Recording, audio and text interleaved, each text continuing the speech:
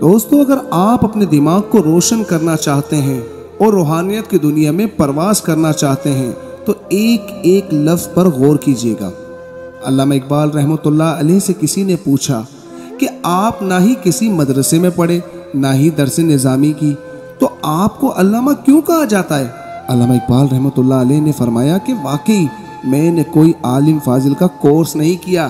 لیکن بات اصل میں کچھ اور ہے۔ فرمانے لگے کہ دنیا کی مجھے یہ عزت دینا اور میرے کلام میں یہ اثر اور میرے قلب روح کی یہ تازگی، یہ سب رسول اللہ صلی اللہ علیہ وآلہ وسلم سے والانہ محبت کی بدولت ہے، اور یہ سب تب ممکن ہوئی جب میں نے رسول اللہ صلی اللہ علیہ وآلہ وسلم پر درود پاک پڑھنا شروع کیا۔ فرمایا کہ درود پاک کا یہ ورد پڑھتا گیا اور میں اس تعداد کو محفوظ کرتا گیا، لاکھ 2 لاکھ اور ایسے ہی جو آگے بڑھتا گیا، اللہ میرے دماغ کو، میرے دل کو، میری روح کو روشن کرتا رہا۔ اور جب میں نے رسول اللہ صلی اللہ علیہ وآلہ وسلم کی ذات گرامی پہ 1 کروڑ درود پاک مکمل کیا تو اللہ رب العزت نے میرا انگ انگ روشن کر دیا، لوگوں کے دلوں میں میری عزت بیٹھ گئی، میرے کلام میں ایسا اثر ہوا کہ اللہ اللہ جب کلام لکھنے بیٹھتا الفاظ بارش کی طرح اترتے۔ اس کے بعد علامہ صاحب درود پاک تواتر سے پڑھ رہے۔ میرے ایک عزیز ہیں جو ایئر فورس میں ملازمت کر رہے تھے،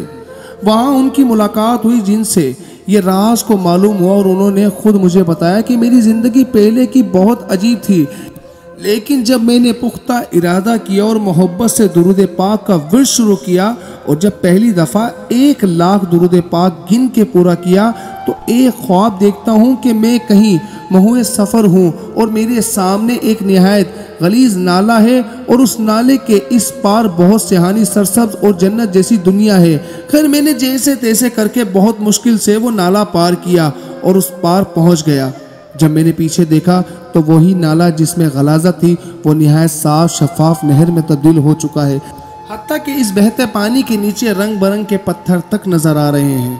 اور جسے دیکھ کے روح خوش ہو جائے۔ اور میرے کپڑے نہایت صاف ستھرے اجلے اور سفید ہو چکے ہیں، اور میرا ظاہری حسن بھی بڑھ چکا ہے۔ الحمدللہ مجھے خواب ہی میں بتایا گیا کہ یہ نالہ میں بہتا پانی تمہارے اعمال ہیں جو پہلے غلیظ تھے، اور اب درود پاک کی بدولت ان کی صفائی ہو چکی، اب یہ سارے نیکیوں میں تبدیل ہو چکے ہیں، یقین جانیے۔ تو دوستو درود پاک کی کثرت کیجیے،